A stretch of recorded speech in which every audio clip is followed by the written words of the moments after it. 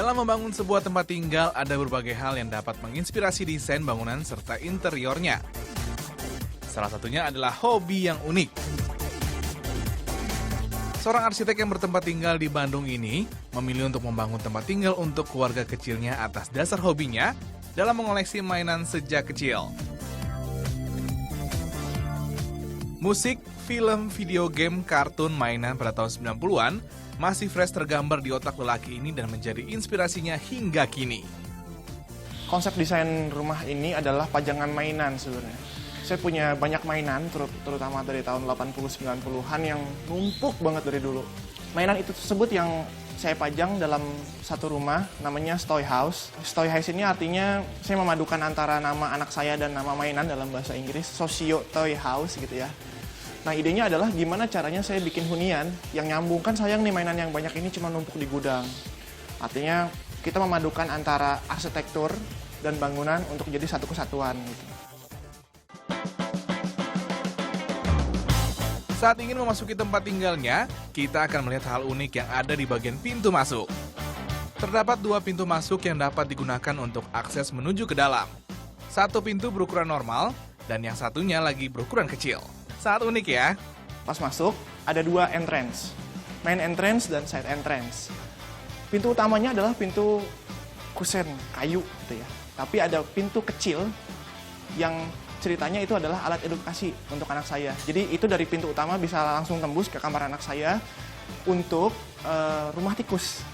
Jadi itu berbentuk dari Lego, itu bisa dibuka pintunya dan langsung tembus ke kamar anak saya. Tiba di ruang tamu, akan terlihat sebuah inisial huruf F yang terletak di sisi dinding keramik warna putih. Dimaksudkan untuk menjelaskan bahwa tempat tinggal ini dimiliki oleh keluarga Firdaus. Di sisi dinding yang berlawanan, terdapat juga sebuah wall mural dengan pilihan warna dasar yang sangat bright. Wall mural yang menggambarkan mainan berjenis Tamiya edisi Dash Emperor dan simbol dari kata dan ini memiliki makna tersendiri bagi seorang arsitek muda satu ini. Masuk ke ruang tamu itu bercerita tentang keluarga. Ampersand yang bentuknya dan itu adalah melambangkan bagaimana kita dari subjek dan subjek jadi satu subjek yang besar. Dari I jadi we gitu. Kebetulan dan itu jadi track Tamiya. Kenapa saya di sini di rumah tuh ada beberapa mural?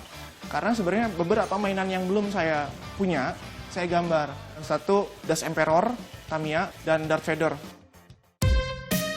Memiliki anak pertama, bayi laki-laki yang lucu, membuat seorang bapak ini ingin mendidik anaknya dengan cara yang sedikit berbeda, yaitu dengan mainan. Dan desain kamar seperti inilah yang dirancang untuk sang anak. Meskipun belum seutuhnya selesai, kamar ini terlihat menarik dengan pemilihan warna yang simpel dan ceria.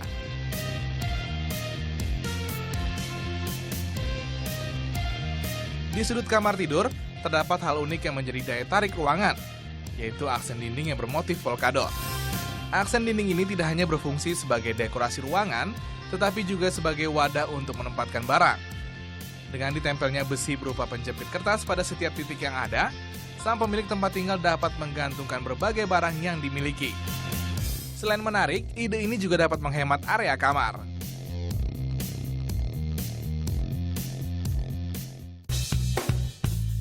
Beralih ke living room, di mana tempat seluruh anggota keluarga berkumpul.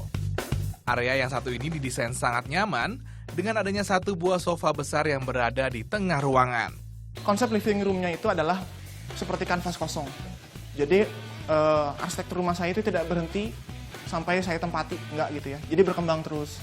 Jadi saya menyediakan beberapa tempat untuk pajangan yang nantinya akan diisi gitu ya. Saya bikin beberapa rak, beberapa pajangan. Saya bikin satu tembok kosong besar sekali. Memang ada beberapa minifigure di sana, cuma memang belum penuh. Jadi ada yang bentuknya minifigure, ada yang part-part kecil Lego. Selain itu, pada bagian area TV, terdapat meja konsol yang unik, yaitu pada bagian drawersnya. Dengan penggunaan barang bekas, keranjang plastik yang dimanfaatkan ulang, meja konsol ini jadi tampak unik. Dan pemilihan warnanya yang cerah juga membuat suasana ruangan jadi berbeda.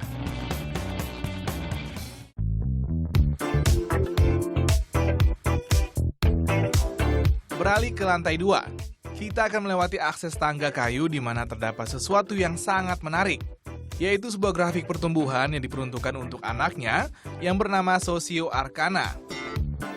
Dengan menggabungkan nama anaknya dan mainan favoritnya, sang bapak menamakan grow chart yang satu ini.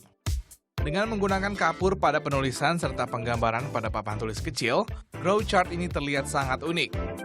Karena menurut sang pemilik tempat tinggal, rumah ini akan bertumbuh dan akan ada makin banyak cerita seiring berjalannya waktu, maka ia sengaja menyediakan banyak dinding kosong untuk diisi, di mural ataupun dicoret-coret. Hal menarik lainnya yang ada pada bagian tangga adalah penggunaan railing tangga. Alunan ram kawat menjadi pilihan yang unik untuk digunakan. Selain materialnya mudah ditemukan, ram kawat ini juga memiliki daya tahan yang kuat. Untuk membuat hunian ini lebih bercerita dan berwarna, sebagai trigger sang pemilik melukis beberapa bagian dinding dengan beberapa figur yang menginspirasi. Hal ini dimaksudkan agar keluarga kecilnya menjadi saksi sejarah perjuangan atas apa yang telah dimiliki. Salah satunya adalah yang terpampang pada chalkboard warna hitam yang ada di ruang kerja. Selain gambar yang tertera, ada juga koleksi mainan Hot Wheels dalam berbagai jenis. Sang pemilik yakin dengan mainan yang ia koleksi dari kecil dapat menjadi alat edukasi untuk anak-anaknya suatu saat nanti. Akan ada banyak begitu pelajaran hidup dan perjuangan yang akan mereka pelajari ketika mengumpulkan mainan tersebut satu persatu. Di studio tempat saya bekerja, kebetulan saya punya banyak mainan Hot Wheels yang saya koleksi juga dari lama. Kebetulan Hot Wheels-nya adalah koleksi film dari tahun sekitar 70-an. Nah, saya memanfaatkan ada multiplex bekas, lalu saya bentuk seperti packaging Hot Wheels atau diecast lainnya. Nah, tetap fungsinya bisa dicoret-coret. Jadi ketika saya bosen, kemarin temanya lagi Semesta nih, Interstellar gitu ya. Minggu depan nanti mungkin temanya Toy Story gitu.